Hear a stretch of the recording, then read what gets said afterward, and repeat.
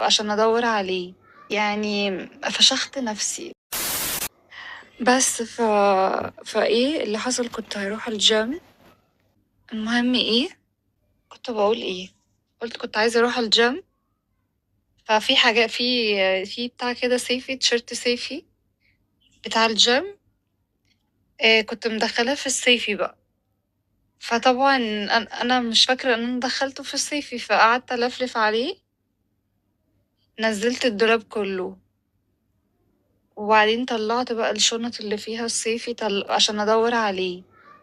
فبقى يعني فشخت نفسي. بس قعدت بقى شلت البتاع المرتبة، والمرتبة بتاعتي تقيلة تقيلة. شلتها، مش قادرة.